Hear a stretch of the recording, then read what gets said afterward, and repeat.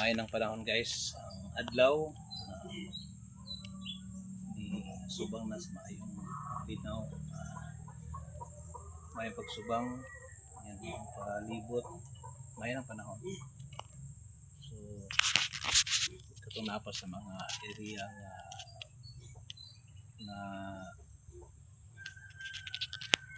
absan sa bagyong Tino, hindi kusog-kusog yung tanto, pero at least nandito sa kuan sa among lugar dito sa medyo hinahinay ra, baha, ulag tubig ra ang na ani.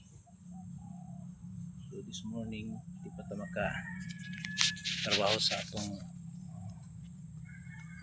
daily activities diri sa sulod lang muna kay ang atong parang kaputi kayo, you know, puti kayo guys ito sa palibot sabi kalapot.